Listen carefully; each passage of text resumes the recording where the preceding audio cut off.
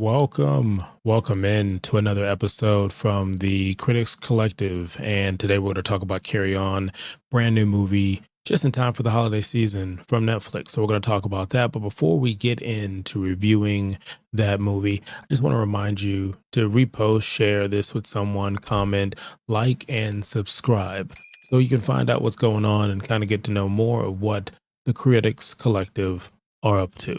Now, I'm going to read the synopsis for this one. It says a mysterious traveler blackmails a young TSA agent into letting a dangerous package slip through security and onto a Christmas Day flight. That was a good one. I mean, it doesn't spoil anything, and I will not be spoiling anything on this one.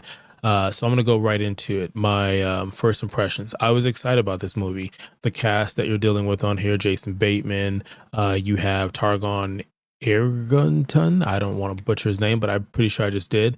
And Sofia is in this one. So I really liked the cast and the lineup, and I like dramas, especially the fact that this is a thriller, and it kind of made me get the the 1990s feel, like Air Force One, stuff like that. So I was excited about it. Now, I had this on my waiting list, and when it came out that first day, I watched it as if it was in theaters. Now, let's go ahead and get into, I guess, the highs and lows. The lows for me, I like to start at the bottom and work my way up. Okay, so the lows for this one was this movie was too long. The movie was too long, even at about an hour and 45 minutes. And when I say too long, I honestly think it's how the pacing of the movie is. And honestly, it was a little too long, and some areas were stretched out more than they needed to be. Now, if you're on social media and you look at some of the stuff, I never really believed that you would have movies that seem like the reviews or comments weren't real. I mean, you know, cup half full, half empty. But for this one was one of those movies where I'm like, are you being honest? Can I be honest? Can I be honest with you? Can I give you a real review? At the end of the day, as soon as I finished this movie, I looked online and there was a comment. A lady said something like, this movie had me on the edge of my seats for the first 18 minutes. And I'm just going to be honest with you with no spoilers. The first 18 minutes, right? Hear me out. The first 10 minutes of the movie, nothing significant happens. Not even the music changes. It's not until maybe 8 minutes, right, after that. So when you do get to about the 18-minute mark, some things happen. I'm not going to spoil anything, right? Now, of the 18 minutes that the person is talking about, you would have to get to that sweet spot of 18. So it's not the full 10 minutes. It's that 8 minutes after that something makes you say, ooh, we're going somewhere with this. And that is the moral of the story for this whole thing. The other low I would say is it just doesn't hit the mark when it comes to what this is a thriller.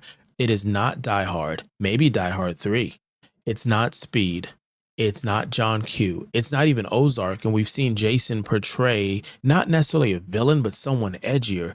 And Jason couldn't save this movie to make it a somewhat of a pun. Now, for this movie, even though the cast was great, even though the scenes were shot well, and those were some highs there, the low kept coming right back down with the turbulence of, hey, listen, this feels like a really bad layover movie. Like, there's different type of layovers, right? You got the layover that makes you say, hey, I'm gonna go grab some food downtown, or maybe grab a hotel, catch a movie, see the sights, and then you catch your flight. This is a layover where your flight lands, but the next connecting flight was already boarding.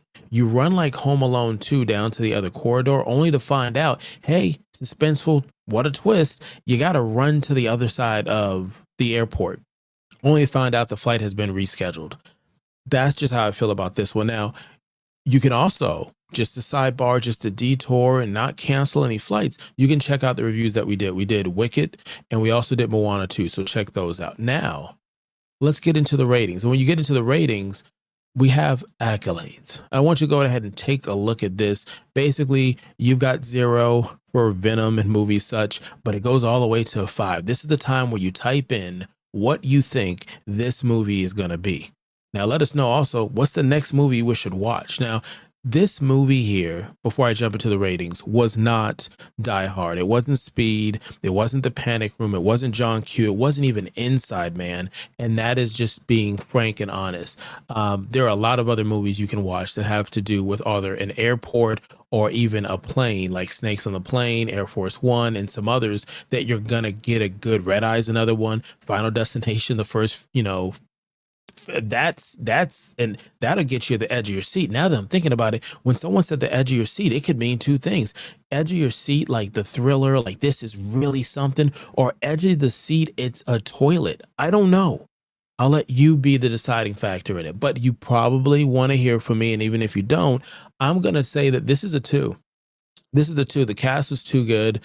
It was shot well. It was too long. Characters that were developed don't need to be developed. There's a possibility they could fix this and they could do some other stuff down the road. I'm not going to spoil anything, but at the end of the day, it just didn't stick the landing. And unfortunately, I'm going to say this is a 2. Now you can watch it, tell me what you think about yourself, but there was even a part where I had to walk away from the movie and then come back and watch it. And I should have just stayed away. Now, again, not to spoil anything, there's something that's going to happen with, I'll say the color. No, I'm not going to say the color red. I'm going to say a red light is what I'm going to say. You're going to see something with a red light at some point in the movie.